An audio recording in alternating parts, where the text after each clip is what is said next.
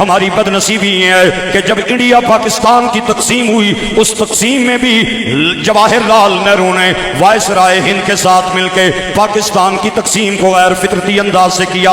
پنجاب آدھا ہمارے پاس رہ گیا, آدھا پنجاب انڈیا والوں کے پاس چلا گیا. حالانکہ چاہیے یہ تھا پنجاب ایک تھا, پاکستان کے پاس ہونا چاہیے تھا. یہ مسلمانوں کا پنجاب تھا, یہ پاکستانیوں کا پنجاب تھا. لیکن ستم ظریفی اور بدنصیبی یہ آدھا پنجاب ہمارے پاس رہ گیا, آدھا پنجاب انڈیا کے پاس چلا گیا. اور پھر کشمیر کو ہمیشہ کے لیے ایک متنازع مسئلہ بنا دیا گیا تاکہ یہ ملک آپس میں ہمیشہ لڑتے رہ جائیں. جب وزیرستان اور فاٹا کے لوگوں نے, قبائلی لوگوں نے تلواریں اٹھائیں اور کشمیر پہ انہوں نے چڑھائی کی بھارت کا تسلط ختم کروانے کے لیے وہ میدان میں آئے, اس وقت کا جنرل گریسی جو پاکستان کا آرمی چیف تھا, اسے قائد اعظم محمد علی جناح نے کہا تھا کہ اپنی فوجیں ان قبائلیوں کی حمایت میں کشمیر پہ بھیجی جائیں, کیونکہ کشمیر کے لوگ پاکستان کے حمایت کرنے والے تھے. لیکن باوجود قائد اعظم کے حکم کے جنرل گریسی نے فوجیں نہ بھیج کے ہمارے ساتھ زیادتی کی. اگر اس وقت فوجیں کشمیر میں داخل ہو جاتی تو آج کشمیر پاکستان کا حصہ بن جاتا. اور پھر دیکھ لیں کیسے حالات ہمارے ملک میں آئے. ایک ملک سمندر پار بن گیا, ایک ملک سمندر آر بن گیا. یہ مشرقی پاکستان بنا, وہ مشرقی پاکستان بنا, یہ مغربی پاکستان بنا. یہ پاکستان اور انڈیا کی تقسیم غیر منصفانہ طریقے سے ہوئی. اور ہمارے بزرگ فرماتے ہیں دعا کیا کریں اللہ دشمن بھی دے تو خاندانی دے. دشمن بھی دے تو ہمارا دشمن ذلیل ترین, رذیل ترین, کمینہ ترین انڈیا رات کی تاریکی میں جس نے مسجدوں پہ بم مارے, مدرسوں پہ بم مارے, اپنے آپ کو ایٹمی پارک کہنے والا مسجدوں پہ بم مار رہا ہے, معصوم بچوں اور خواتین کو مار رہا ہے. میں نے کہا شرم آنی چاہیے, شرم آنی چاہیے اپنے آپ کو ایٹمی پاور کہنے والے. نریندر مودی جی آپ نے بم مارنے تھے تو آپ اپنے دشمنوں پہ مارتے, معصوم بچوں پہ, مسجدوں پہ, مدرسوں پہ رات کے اندھیرے کا فائدہ اٹھاتے ہوئے بم مارنا یہ کون سی بہادری ہے؟ اور جب ہمارے شیر دل فوجیوں نے سری نگر کا فوجی ہیڈ کوارٹر اڑا دیا تو پھر خیموں اور مورچوں پہ سفید جھنڈے لہرانے پہ آ گئے. میں نے کہا جناب ابھی تو ابتدائی عشق ہے, ابھی تو ابتدائی عشق ہے, روتا ہے کیا, آگے آگے دیکھ ہوتا ہے کیا. اور پھر جناب آج مسجدوں پہ بم مارے, مدرسوں پہ بم مارے. ایک بات کان کھول کے سن لیں, اگر ہماری آرمی نے آپ کے مندروں کو نشانہ بنا لیا اور ان کو ہٹ کرنا شروع کر دیا تو کوئی بھی گائے کا پیشاب پینے والا ایک دن بھی مندر میں نہیں جا سکتا. ہماری فوج الحمدللہ بیدار فوج ہے. پورا پاکستان آرمی سمیت پورا ملک بیکزما تھا کہ پہلگام واقعے کی تحقیقات کی جائیں, واقعے کی تحقیقات کی جائیں, ایسے بے بنیاد الزام نہ لگایا جائے. اور یہ مطالبات تو انڈیا کے اندر سے اٹھ رہے تھے. انڈیا کا میڈیا انڈیا کی سرکار سے کہہ رہا تھا, انہوں نے کہا رات کے اندھیرے میں 4 بندے بارڈر سے اندر داخل ہوئے اور 200 کلومیٹر کا سفر طے کیا. انہوں نے پہلگام پہنچے اور 28 بندوں یا 30 بندوں کو قتل کر گئے, پھر بحفاظت وہ پاکستان چلے گئے. یہ کوئی ماننے والی بات ہے؟ چلو مان لیا اگر وہ بندے, پہلی تو بات ہے میں نے بارڈر دیکھا ہے, ان کی وہ باڑ دیکھی ہے, اتنی مضبوط باڑ ہے, وہاں پہ چڑی بھی پھر نہیں مار سکتی. رات کے اندھیرے میں اتنی بڑی بڑی ہیوی لائٹس وہاں پہ لگی ہوتی ہیں کہ ایک بھمرا بھی اگر چلتا ہوا اڑتا ہوا وہاں سے چلے تو وہ بھی نظر آتا ہے کہ وہ جا رہا ہے. اس باڑ کو عبور کرنا پہلی تو بات ہے بڑی مشکل بات ہے. چلو مان لیا کہ اگر انہوں نے وہ باڑ عبور کر لی تو پھر انہوں نے 200 کلومیٹر کا سفر طے کر لیا, رستے میں کوئی چوکی نہیں آئی, کوئی آپ کی چیک پوسٹ نہیں آئی. یہ بات بھی قابل تسلیم نہیں ہے. چلو یہاں تک بھی اگر مان لیا جائے کہ وہ وہاں پہنچ گئے, انہوں نے بندوں کو مار دیا. جب بندے مر جاتے ہیں نا تو پھر تہلکہ مچ جاتا ہے, آنن فانن خبر جنگل کی آگ کی طرح پورے ملک میں پھیل جاتی ہے. آپ کی ایجنسیاں چوکنا ہو گئیں, آپ کی فوج چوکنا ہو گئی, جگہ جگہ پہ آپ کے فوجی کوارٹر بنے ہوئے ہیں. آپ نے کیوں نہیں ان کا رستہ روکا, آپ نے کیوں انہیں دوبارہ پاکستان میں آنے دیا؟ یہ وہ کوسچن اور سوالات ہیں جو انڈیا کی صحافیوں نے سرکار سے کیے ہیں. اور پھر ایک اور بڑے مزے کی بات بتاؤں, یہ جہاں پہ واقعہ ہوا ہے پہلگام کا, اس سے 40 کلومیٹر کے فاصلے پہ تھانہ ہے جو ان کا پولیس اسٹیشن. وہاں پہنچنے کے لیے کم از کم گاڑی پہ 1 گھنٹہ چاہیے، کیونکہ پہاڑی راستے میں سفر کرنا بڑا مشکل ہوتا ہے۔ میدانی راستے میں 40 کلومیٹر طے کرنے کے لیے کم از کم آدھا گھنٹہ درکار ہے، 35 منٹ درکار ہیں میدانی راستے میں، اور پہاڑی راستے میں 40 کلومیٹر کے لیے کم از کم 1 گھنٹے سے زائد کا وقت درکار ہے۔ لیکن انڈیا کے صحافی کہتے ہیں انہوں نے یہ سوال اٹھایا ہے اور ان کا اٹھا ہوا سوال میرے تک پہنچا ہے اور میں وہ آپ حضرات کو بتا رہا ہوں۔ انہوں نے کہا ہے کہ 40 بندے قتل ہونے کے 10 منٹ کے بعد آپ نے تھانے میں FIR بھی درج کر لی۔ وہ کون بندہ تھا جو 10 منٹ میں 40 کلومیٹر کا سفر طے کر کے رپورٹ درج کرانے پہنچ گیا؟ یہ بھی بڑا سوال ہے۔ یہ وہ سوال ہیں جو وہاں کی عوام نے اور وہاں کے جرنلسٹ نے سرکار سے کیے ہیں، اور ہمارے ملک کی فوج اور ہمارا ملک یہ بات کہہ رہا تھا کہ آپ تحقیقات کر لیں، اور انہوں نے کہا کہ شاید پاکستان کی یہ کمزوری ہے کہ وہ ہم سے امن کی بھیک مانگ رہا ہے۔ بھائی جان، یہ ہماری کمزوری نہیں ہے، یہ ہماری تعلیم ہے، یہ ہماری ایجوکیشن ہے، یہ ہمیں تعلیم سبق دیتی ہے، یہ ہمیں تہذیب سبق دیتی ہے۔ ہماری قوم یہ بات جانتی ہے، ہماری فوج یہ بات جانتی ہے کہ 2 ایٹمی پاورز جب آپس میں ٹکرا جائیں تو پوری دنیا کا امن تہو بالا ہو سکتا ہے۔ تو ہم ایک چھوٹے سے واقعے سے دنیا کے امن کو خراب کر دیں اور اس پورے خطے کو آگ اور بارود میں دھکیل دیں، یہ کوئی علم نہیں، یہ کوئی تہذیب نہیں۔ ہم نے آپ سے مطالبہ کیا کہ پہلگام واقعے کی منصفانہ تحقیقات کی جائیں، لیکن آپ نے ہمارے اس مطالبے کو پاکستان کی کمزوری سمجھا۔ ہم کمزور ملک نہیں ہیں، اور کل پورا دن آپ نے اسرائیلی ڈرون میرے ملک پہ بھیجے۔ کوئی مریڑ آ کے پھٹ رہا ہے، کوئی صدر پھٹ رہا ہے، کوئی فوڈ سٹریٹ پھٹ رہا ہے، لاہور، سکھر، کراچی، بہاول نگر، بہاول پور تک، اور وہ ڈرون اسرائیلی ڈرون تھے۔ اس سے یہ بات ثابت ہو گئی ہے اسرائیل آج انڈیا کے پیچھے کھڑا ہے، اور وہ انڈیا کو وہ ڈرون دے رہا ہے جو ڈرون اس نے غزہ پہ استعمال کیے، لبنان میں استعمال کیے۔ میں آج اس سٹیج سے اسرائیل کو بھی یہ بات کہنا چاہتا ہوں کہ یہ غزہ نہیں ہے، یہ پاکستان ہے۔ آپ تائید کرتے ہیں تو ایک بار ہاتھ اٹھا کے نعرے کا جواب دے۔ نعرہ تکبیر، نعرہ رسالت، پاکستان، پاکستان، پاکستان۔ یہ غزہ نہیں ہے، یہ پاکستان ہے۔ اگر آپ اینٹ ماریں گے تو پتھر سے جواب آئے گا یا نہیں آئے گا؟ اگر آپ پرتھوی میزائل چلائیں گے تو ابدالی تیار ہے، شاہین تیار ہے، غوری تیار ہے۔ اگر آپ ڈرون بھیجیں گے تو مقابلے میں اس سے بڑا ڈرون آئے گا۔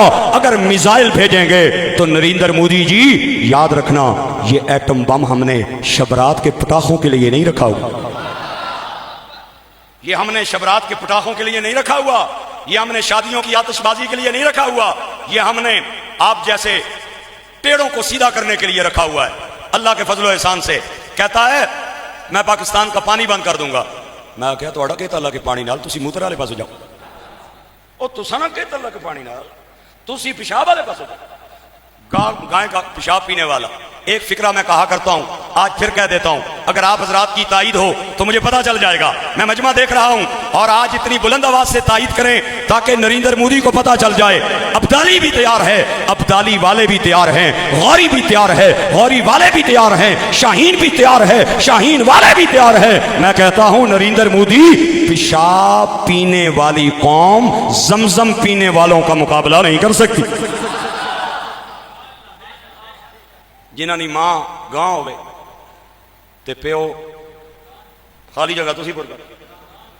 نریندر مودی ولد ٹگا، نریندر مودی ولد بیڑا، نریندر مودی ولد داند، ہاں جنہوں نے گوبر کھانا ہو، جنہوں نے گائے کا پیشاب پینا ہو، وہ حضور کے عشق کا جام پینے والوں کا مقابلہ کیسے کر سکتے؟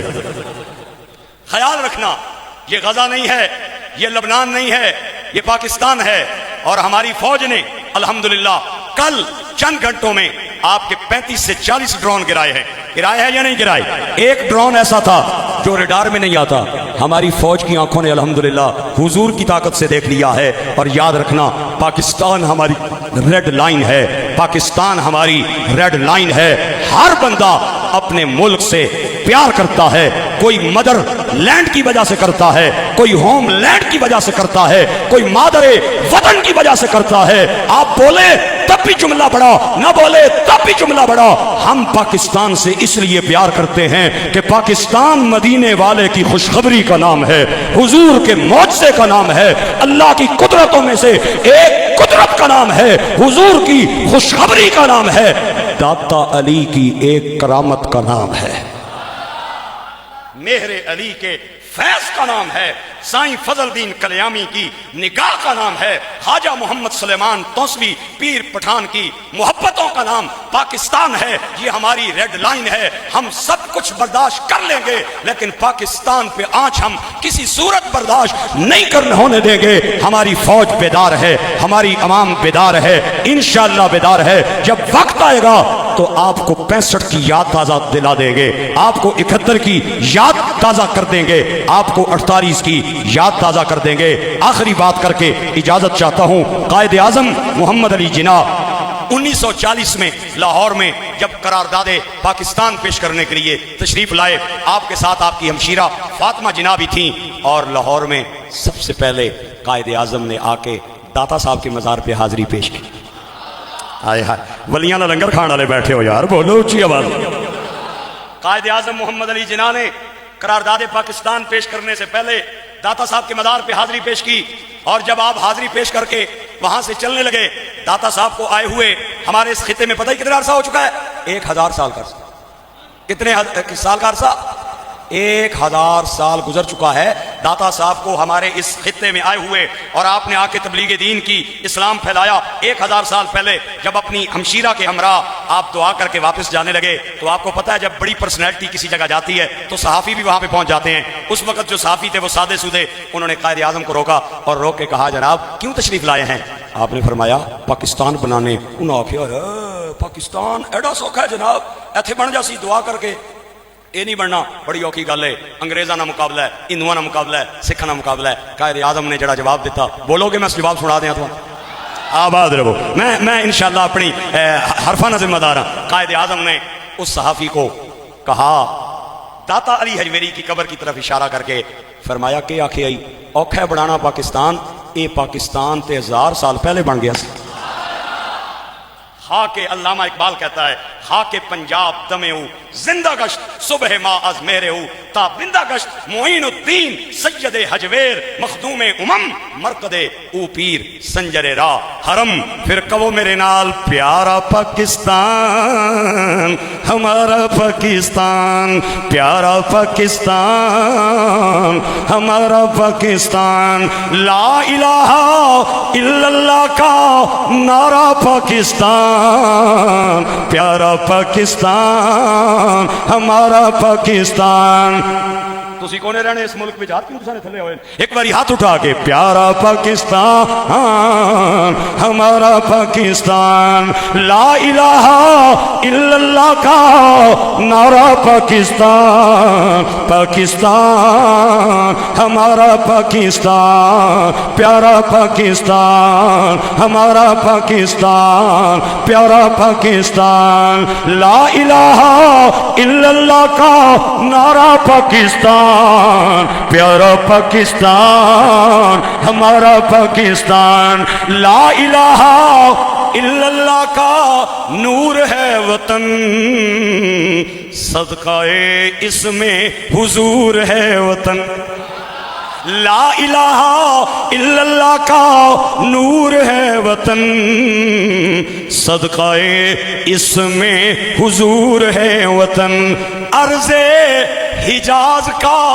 نظارہ پاکستان، پیارا پاکستان ہمارا پاکستان، مل کے آواز سے آواز ملا کے پیارا پاکستان، پیارا پاکستان۔ اذان کی آواز سے شاد ہے وطن، قرآن کی بہار سے آباد ہے وطن، اذان کی صدا سے شاد ہے وطن، قرآن کی بہار سے آباد ہے وطن، اولیاء ہن انجینئر محمد علی مرزا والے سائڈ تے ہو جاؤ تے ولیاں دا لنگر کھان والے سائڈ تے ہو جاون اذان کی صدا سے آباد ہے وطن قرآن کی بہار سے شاد ہے وطن اولیاء کے سائے میں ہے سارا پاکستان پیارا پاکستان ہمارا پاکستان پیارا پاکستان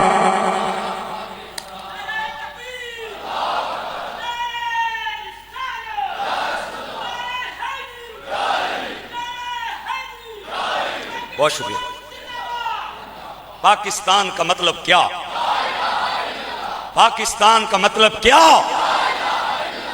آج میں اپنی آرمی سے بھی دست بستہ عرض کرنا چاہتا ہوں یہ ملک اس وقت تک قائم رہے گا جب تک لا الہ کی باتیں ہوتی رہیں گی اس ملک میں لا الہ کا قانون نافذ کر دیں قرآن کا قانون نافذ کر دیں نظام مصطفیٰ کو نافذ کر دیں کیونکہ تاریخ بتاتی ہے آج سے 75 سال پہلے قائد اعظم کی کال پہ یہ لٹے پٹے لوگ کلمے کے نام پہ اکٹھے ہوئے تھے آج بھی اکٹھے ہوں گے تو مصطفیٰ کے نام پہ اکٹھے ہوں گے ان کے دل کا سودا ہوگا تو مدینے کے بازار میں ہوگا اور کہیں پہ نہیں ہو سکتا لہٰذا حضور کے غلاموں کو پھانسی نہ لگایا کریں بلکہ انہیں قوم کا ہیرو سمجھا کریں